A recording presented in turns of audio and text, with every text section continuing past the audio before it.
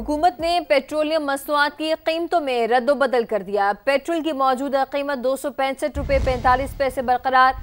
वजारत खजाना ने नोटिफिकेशन जारी कर दिया है। हाई स्पीड डीजल 6 रुपये फी लीटर महंगा, नई कीमत 284 रुपये 44 पैसे मुकर्रर।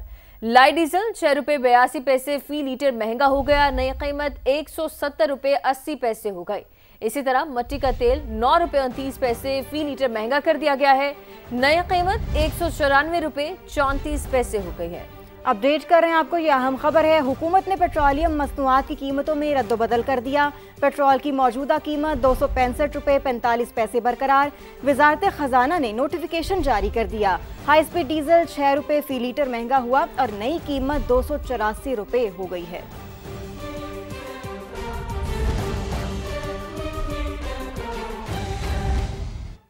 पेट्रोलियम मसनूआत की कीमतों में रद्दोबदल की तफसीलात सामने आ गई हैं। पेट्रोल पर लेवी में इजाफा कर दिया गया है, जबकि डीजल पर पेट्रोलियम लेवी कम कर दी गई है। मजीद तफसीलात जानते हैं इस्लामाबाद में समा के नुमाइंदे जहीर अली से। जी जहीर, आगाह कीजिएगा। पेट्रोलियम मसनूआत की कीमतों में इजाफे की तफसीलात सामने आई हैं। हुकूमत की जानिब से रद्दोबदल किया है, वो लेवी में ज़्यादा रद्दोबदल किया गया है और मजमूई तौर पर जो डीजल की कीमत है उसमें 3 रुपये का सार्फिन को रिलीफ दिया गया है। डीजल पे फ्रेड इक्वलाइजेशन मार्जिन है उसकी शरह 1 रुपये 82 पैसे कम की गई है। इस तरह पेट्रोलियम डेवलपमेंट लेवी की जो शरह थी 1 रुपये 60 पैसे कम करके 6 रुपये तक पेट्रोल की डीजल की कीमत को महदूद किया गया, 9 रुपये इजाफा सिफारिश किया गया था। इसी तरह अगर पेट्रोल की बात की जाए तो पेट्रोल में जो रिलीफ ओगरा की जानी से तजवीज़ किया गया था उसको हुकूमत ने अपने पास रखा है और पेट्रोलियम डेवलपमेंट लेवी जो है 1 रुपये 60 पैसे जो पेट्रोल पर लेवी थी उसको बढ़ाया गया है और पेट्रोल पर लेवी की शरह जो है 78 रुपये से बढ़ा के 79 रुपये 62 पैसे की गई है, जबकि डीजल पर जो शरह थी पेट्रोलियम डेवलपमेंट लेवी की उसको हुकूमत की जानिब से 77 रुपये से कम करके 75 रुपये 41 पैसे किया गया। इस तरह मिट्टी के तेल की कीमत में भी इजाफा किया और लाइट डीजल की कीमत जो थी उसमें भी हुकूमत की जानिब से इजाफा किया गया है। ये मजमूई तौर पर इसकी समरी थी जो हुकूमत की जानिब से जो मैयर्स लिए गए, जो फ्रेट इक्वलाइजेशन मार्जिन है और जो पेट्रोलियम डेवलपमेंट लेवी है उसमें रद्दोबदल किया गया है। ठीक है जहीर, बहुत शुक्रिया आपका, आपने हम अपडेट किया। अब आगे बढ़ें और आपको बताएं कि पंजाब में शुगर क्रशिंग में ताख़ीर। सूबाई हुकूमत का जिम्मेदार शुगर मिल्स के खिलाफ एक्शन प्लान तैयार। मुख्तलिफ शहरों में चीनी के सरकारी रेट नज़रअंदाज।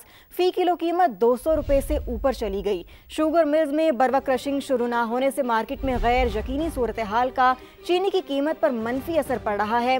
केन कमिश्नर पंजाब का कहना है कि क्रशिंग शुरू न करने वाली मिल्स को 10 लाख रुपये जामिया जुर्माना होगा। मॉनिटरिंग के लिए टीमें तश्कील दे दी गई हैं। पंजाब की 27 शुगर मिलों ने क्रशिंग शुरू कर दी है।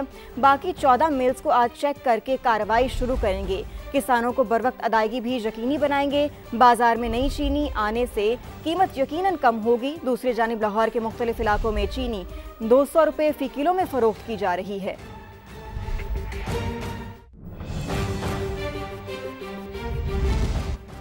वफाकी हुकूमत का शुगर सेक्टर को मुकम्मल डीरेगुलेट करने का फैसला। वफाकी वज़ीर उवैस लगारी की सरबराही में कायम खसूसी कमेटी ने सिफारिशात तैयार कर ली हैं। वफाकी वज़ीर ग़ज़ाई तहफ़्फ़ुज़ राना तनवीर कहते हैं कि सिफारिशात 1-2 दिन में वज़ीर आज़म शहबाज शरीफ को पेश कर दी जाएंगी। राना तनवीर हुसैन के मुताबिक शुगर सेक्टर की एंड टू एंड डीरेगुलेशन और इम्पोर्ट एक्सपोर्ट कोटा ख़त्म किया जाएगा। हुकूमत चाहती है कि कीमतों का तयन इम्पोर्ट एक्सपोर्ट मार्केट फोर्सेस करें। वफाकी वज़ीर ने बताया कि कुछ शुगर मिल्स क्रशिंग शुरू कर चुकी हैं। 36 से ज़ायद ने बॉयलर ऑन कर दिए हैं। अगर क्रशिंग दिसंबर के पहले हफ्ते तक जाती है तब भी स्टॉक मौजूद है। उन्होंने बताया कि दरामदी चीनी की फ़रोख्त के लिए FPR का पोर्टल बंद नहीं किया गया। दरामदी चीनी आधी फ़रोख्त हुई, आधी मौजूद है। दरामदी चीनी भी मकामी चीनी की तरह फ़रोख्त हो रही है। मार्केट फोर्सेस फैसला करेंगी कि चीनी दरामद करनी है या बरामद की जाएगी।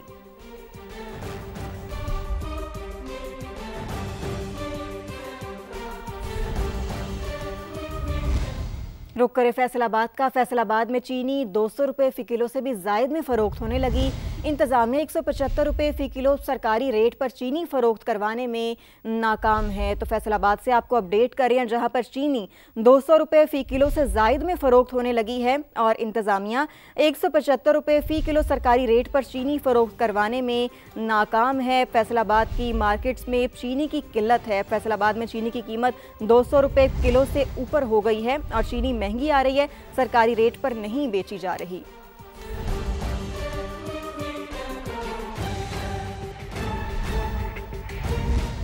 और अब जिक्र नई बुलंदियों को छूते पाकिस्तान और उर्दन के ताल्लुकात का। दोनों ममालिक ने स्ट्रेटेजिक और इक़्तिसादी ताउन मजीद बढ़ाने का आज़म किया है। दौरा पाकिस्तान पर आए उर्दन के शाह अब्दुल्ला दोम और वज़ीर आज़म शहबाज शरीफ की मुलाकात में दिफा, तिजारत और सरमायाकारी बढ़ाने पर बातचीत हुई। मुलाकात में फील्ड मार्शल आसिम मुनीर भी मौजूद थे। दोनों ममालिक ने गज़ा से फ़लस्तीनियों की जबरी बेदखली की मुखालिफत करते हुए फ़लस्तीन के मामले पर यकसा मौक़िफ़ का इआदा किया है। मुख्तलिफ शोबों में ताउन के लिए मुफाहमत की यादाश्तों पर दस्तखत किए। मुअज़्ज़ज़ मेहमान का पाकिस्तान आमद पर पुरतपाक इस्तकबाल भी किया गया। उस्मान खान की ये रिपोर्ट देखिए। उर्दन के शाह अब्दुल्ला दोम का तारीखी दौरा पाकिस्तान, वज़ीर आज़म शहबाज शरीफ से मुलाकात, नायब वज़ीर आज़म फील्ड मार्शल आसिम मुनीर और विफाकी वुज़रा की भी शिरकत। मईशत, तिजारत, सरमायाकारी, सेहत, तालीम और दिफाई ताउन बढ़ाने पर तबादला ख्याल। वज़ीर आज़म ने शाह अब्दुल्ला को अफगानिस्तान और भारत से मुतालिक सूरत हाल से आगाह किया। उर्दन के बादशाह की जानिब से इलाकाई अमन के लिए पाकिस्तान के किरदार की तारीफ। फ्री कैन के दरमियान वफूद की सतह पर भी मुज़ाकरात। दोनों ममालिक ने गजा से फलस्तीनियों की जबरी बेदखली की सख्त मुखालिफत की। फलस्तीन के मामले पर यकसा मौक़िफ़ का इआदा। पाक उर्दन ताल्लुकात को स्ट्रेटेजिक और इक़्तिसादी शराकत दारी में बदलने पर इत्तेफाक। पाकिस्तान और उर्दन ने अहम मुआहिदों और मुफाहमती यादाश्तों पर दस्तखत भी कर दिए। दोनों ममालिक के सरकारी टीवी और रेडियोज के दरमियान ताउन बढ़ाने के मुआहिदे, सकाफती प्रोग्राम्स के तबादले किए जाएंगे। यूनिवर्सिटी ऑफ जॉर्डन में उर्दू और मुताला पाकिस्तान की चेयर्स कायम करने की मुफाहमती यादाश्त भी तय पा गई। वज़ीर आज़म शहबाज शरीफ ने मुअज़्ज़ज़ मेहमान के एजाज में इशाया भी दिया। इससे पहले वज़ीर आज़म हाउस आमद पर शाह उर्दन का शानदार इस्तकबाल किया गया। मुअज़्ज़ज़ मेहमान को गार्ड ऑफ ऑनर पेश किया गया। शाह अब्दुल्ला दोम ने वज़ीर आज़म हाउस में पौधा लगाया। इससे पहले पाकिस्तान आमद पर मुअज़्ज़ज़ मेहमान का सदर ममलिकत और वज़ीर आज़म ने नूर खान एयरबेस पर पुरतपाक इस्तकबाल किया। उर्दन के शाह ने सदर आसिफ अली जरदारी और शहबाज शरीफ से मुसाफा किया, गले मिले। बच्चों ने मुअज़्ज़ज़ मेहमान को फूल पेश किए। अब बात करें हैदराबाद में पटाखों की फैक्ट्री में धमाके के मकाम से दूसरे रोज भी इंसानी अज़ा मिलने का सिलसिला जारी है। इस वक्त वहां की ताज़ा तरीन सूरत हाल बता रहे हैं नुमाइंदा समा इम्तियाज अली खावर। जी बिल्कुल, मैं इस वक्त मौजूद हूँ उस मकाम पर जहाँ पर कल तक जो है यहाँ पर पटाखों की फैक्ट्री थी। यहाँ पर इंसानी अज़ा जो है उसके मिलने का सिलसिला भी जारी है। इस इंसानी अज़ा को ले जाने के लिए यहाँ पर ना तो हमें जो है पुलिस नज़र आई, ना रेस्क्यू का अमला नज़र आया, ना ही इंतज़ामिया की जानिब से जो है यहाँ पर कोई ऐसा शख्स या ऐसे अफराद मौजूद नहीं मिले ताकि इस इंसानी अज़ा को ले जाकर अस्पताल की तरफ जो है वो उनको मुंतकिल किया जाए। तो ये सिलसिला है। पुलिस की जानिब से दावा किया जा रहा है कि फैक्ट्री के मालिक के खिलाफ कार्रवाइयाँ जो है वो मुख्तलिफ इलाकों में जारी है, मगर उनको अभी तक जो है वो ऐसी कोई कामयाबी हासिल नहीं मिली है। दूसरी जानिब जिनके प्यारे इस दुनिया से चले गए हैं तो उनके वर्सा का दावा है कि फैक्ट्री का मालिक जो असद जिसका नाम बताया जा रहा है वो भी जुलस कर जाम बाग होने वालों में शामिल है। जी बहुत शुक्रिया इम्तियाज खावर अपडेट करने के लिए। हैदराबाद में पटाखों की फैक्ट्री में धमाके से जाम भाग होने वाले नौजवान वारिस के लवाहिकीन गम से निढाल हैं। अहले खाना का कहना है कि कल काम का पहला दिन था कि धमाका हो गया। माँ ने कहा नाश्ता कर ले यार, बोला मैं अभी आ जाऊंगा 2-3 घंटे में। रात को वो मेरे को गोली ला के दी, उसने दवा ला के दी। इकलौता था वो, 2 बहनें हैं, 1 बेटा। कल पहला दिन था वारिस का। 1 घंटे बाद हमें ये खबर मिली है कि वहाँ पे बम ब्लास्ट हो गया। आज हमारा मैच था, जुम्मे वाले दिन वो बोल रहा था ऐसे करना है ऐसे करना है, हमें नहीं पता था ये ऐसा हो जाएगा। ये भाई और वो भतीजा मेरा ये गए, इन्होंने ब्लास्ट की भी परवाह नहीं करी। वो जो बाद में हो रहे थे ना तो इनको लोग बागों ने रोका कि रुक जाओ, ये आप भी मर जाओगे। तो उन्होंने बोला भाई भले मर जाओ, हमारा भतीजा इसके अंदर। और अस्पताल में इतने रुले कि कभी इस वार्ड में, कभी इस वार्ड में, कभी इस वार्ड में, मगर हमारे पे कोई नहीं सुनवाई कर रहा था। आगे बढ़ें और आपको बताएं कि वज़ीर-ए-आज़म आज़ाद कश्मीर के खिलाफ तहरीक अदम एतमाद की कोशिशें आखिरी मराहिल में। तहरीक अदम एतमाद पर रायशुमारी कल होगी। पीपल्स पार्टी के उम्मीदवार फैसल मुमताज़ राठौर को फॉरवर्ड ब्लॉक के एक और रुकन की हिमायत हासिल हो गई। अनवारुल हक की काबीना के वज़ीर तालीम देवान चुगताई ने भी पीपल्स पार्टी की हिमायत का ऐलान कर दिया है। मज़ीद क्या तफसीलात हैं जानते हैं नुमाइंदा समा अमीरुद्दीन मुगल से। अमीरुद्दीन, क्या होने जा रहा है, क्या तफसीलात हैं आपके पास?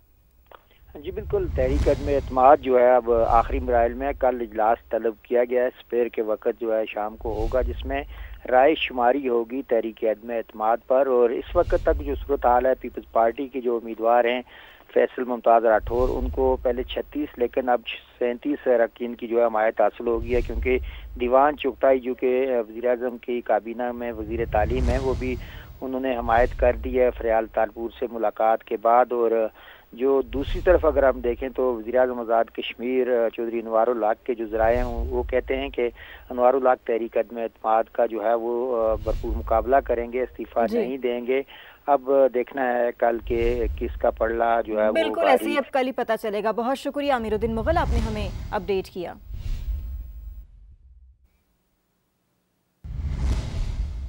सियासत और इक़्तिदार, बानी पीटीआई तोहम परस्ती का शिकार। द इकोनॉमिस्ट ने पर्दा चाक कर दिया।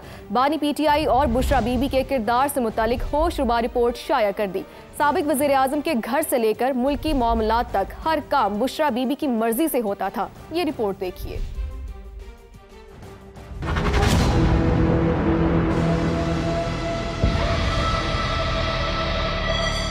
बज़ाहिर मजहबी लिबादा मगर अकल पर सियाह पर्दा, काले बकरे, मुर्गियों का सर और कब्रिस्तान। सियासत और इक़्तिदार के बीच तो हम परस्ती की हैरत अंगेज दास्तान।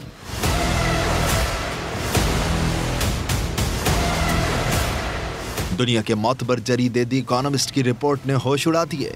सीनियर सहाफ़ी ओवन बेनेट जोन्स ने अपनी रिपोर्ट में बानी पीटीआई और बुशरा बीबी का किरदार बेनकाब किया। बानी का बुशरा बीबी पर एतकाद इस कदर अंधा हो गया था कि खातून ने कहा मुझसे शादी करें, वजीर आजम बन जाएंगे। शादी हुई, वजारत उज़्मा मिली और फिर साबिक वजीर आजम के घर से लेकर मुल्की मामलात तक हर काम बुशरा बीबी की मर्जी से होता था। तकर्रियों, पॉलिसियों और अहम मुलाकातों में बुशरा बीबी की मौजूदगी और मशवरे गैर मामूली अहमियत रखते थे। हत्ता कि साबिक वजीर आजम उस वक्त के आर्मी चीफ से भी मिलते तो अहलिया लाजमी मौजूद होती थी। अस्करी क़यादत को भी ये गिला रहा कि बानी अहलिया के अलावा किसी की नहीं सुनते। बानी पीटीआई का सरकारी तैयारा भी बुशरा बीबी के ग्रीन सिग्नल मिले बगैर उड़ान नहीं भर सकता था।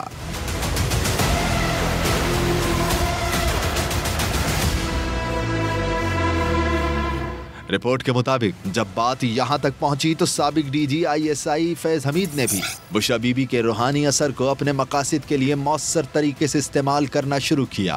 हसास इदारे की मालूमात बुशरा बीबी के एक पीर तक पहुँचाई जाती, फिर वही मालूमात बुशरा के जरिए बानी तक पेश गोई और रूहानी बसीरत के अंदाज में पहुँचती। यूँ बानी का अपनी अहलिया की रूहानियत पर यकीन और भी मजबूत हो जाता। रिपोर्ट के मुताबिक बानी पीटीआई ने इक़्तिदार के लिए मजहब का लिबादा ओढ़े रखा। हुकूमत में आने से पहले बुलंदबांग दावे किए लेकिन एक भी पूरा नहीं किया। बुशरा बीबी की करप्शन बेनकाब की तो साबिक वजीर आजम ने उस वक्त के DG ISI को भी ओहदे से हटा दिया। जरीदे ने बानी के अमले के बाज अफराद और ड्राइवर के हवाले से रिपोर्ट में दावा किया है कि लाल मिर्चें जलाना, सर के गिर्द कच्चा गोश्त घुमाना, कब्रिस्तान में बकरे या मुर्गियों के सर फेंकवाना और मुख्तलिफ शख्सियात की तस्वीर बुशरा बीबी को चेहरा शनासी के लिए भेजना रोज का मामूल बन चुका था। बुशरा बीबी का साबिक वज़ीर आज़म पर मुकम्मल कंट्रोल था। मालूमात बहुत ज़्यादा हैं, इससे वो शाया की जिनको साबित किया जा सके। बरतानवी जरीदे द इकोनॉमिस्ट की बानी पीटीआई बुशरा बीबी पर रिपोर्ट लिखने वाली शरीक मुसन्निफा बुशरा तस्कीन की समझ से गुफ्तगू कहा, शवाहिद इकट्ठे करने में 10 माह लगे। काफ़ी मालूमात ऐसी जो कि वेरीफाइबल नहीं थी या मल्टीपल सोर्सेज से वेरीफाई नहीं कर सकते, उनको ऑब्वियसली हम स्टोरी का हिस्सा नहीं बना सकते, इसलिए कि we have to take the legal consequences. इसके लीगल जो कॉन्सिक्वेंसेस हैं उस सारी चीज़ को वेट करने में ही 3 महीने हमें लगे हैं। प्रीमियरशिप हासिल करने के लिए बुशरा बीबी ने खान साहब को ये ज़रूर कहा था कि अगर आप मुझसे शादी कर लेंगे तो आप इस मुल्क के वज़ीर आज़म बन सकते हैं। एक वाया से फीड की जा रही थी, जो मालूमात शेयर की जाती थी, जो कि बाद में खान साहब तक पहुंचाई जाती थी। इम्पॉर्टेंट फ़ैसला कोई भी करते थे तो वो ज़रूर बुशरा बीबी के साथ वो डिस्कस करते थे। जनरल आसिम मुनीर साहब वो DGISI जब उन्होंने बुशरा बीबी के करप्शन के सबूत खान साहब के सामने ला के रखे, रातों रात ही उनको बाजवा साहब को ये कहा गया कि जी आपने DGI को आप सैक कर दें, I don't want to see him in the office. और इतवार के दिन उनको अनसेरेमोनियसली वहाँ से पैक किया गया। बैरिस्टर गौहर ने बरतानवी जरीदे के बुशरा बीबी पर इल्जामात को घटिया करार दे दिया है। समा से टेलीफोनिक गुफ्तगू में कहा कि आर्टिकल पर कानूनी चाराजोई का हक रखते हैं। बुशरा बीबी घरेलू खातून थी और इस वक्त जेल में है। उन पर पहले भी इल्जामात गलत साबित हुए हैं। ऐसे हथकंडों से बुशरा बीबी को तोड़ा नहीं जा सकता। इस आर्टिकल में बुशरा बीबी और बानी PTI की किरदार कशी की गई है, जिसकी मजम्मत करते हैं। बरतानवी जरीदा कोई सहीफा नहीं, BBC जैसे इदारे को भी डोनाल्ड ट्रंप से माफी मांगना पड़ी है। कोई लिफाफा लिया, ना किसी को सियासी फ़ायदा पहुंचाया, जो भी लिखा तस्दीक के बाद लिखा। बरतानवी जरीदे की रिपोर्ट लिखने वाली शरीक मुसन्निफा बुशरा तस्कीन की प्रोग्राम मेरे सवाल में गुफ्तगू कहा कि हम पर लिफाफा लेने का इल्ज़ाम लगा रहे हैं, वो अदालत जाएं, हम भी अदालत जाने का हक रखते हैं। मैं इस चीज़ को बिल्कुल भी नहीं कि हमें किसी ने ये स्टोरी करने को कही है, किसी पॉलिटिकल फोर्स ने कही है या किसी और ने। इकोनॉमिस्ट जैसा एक इदारा मेरा नहीं ख्याल कि वो कभी भी इस तरह का कोई काम करेगा। I work for BBC and I work for Reuters. उन इदारों में ये कल्चर नहीं है कि कोई पेड स्टोरी हम करें। जो ये इल्ज़ाम लगा रहे हैं वो फिर आके प्रूफ करें। बैरिस्टर गौहर ने कहा है कि हम अदालत जाने का हक रखते हैं, तो वो अगर वो हक रखते हैं तो जो बैरिस्टर गौहर या उनके लोग हमारे बारे में कह रहे हैं कि जी हमने लिफाफा लिया है या हमें किसी ने इसको हमें टास्क किया है, तो फिर हम भी अदालत जाने का हक रखते हैं। तो आप अदालत जाएंगे या आप चाहती हैं कि बैरिस्टर गौहर अदालत जाएं? उन्होंने जो दावा किया, चाहते हैं कि वो जाएं।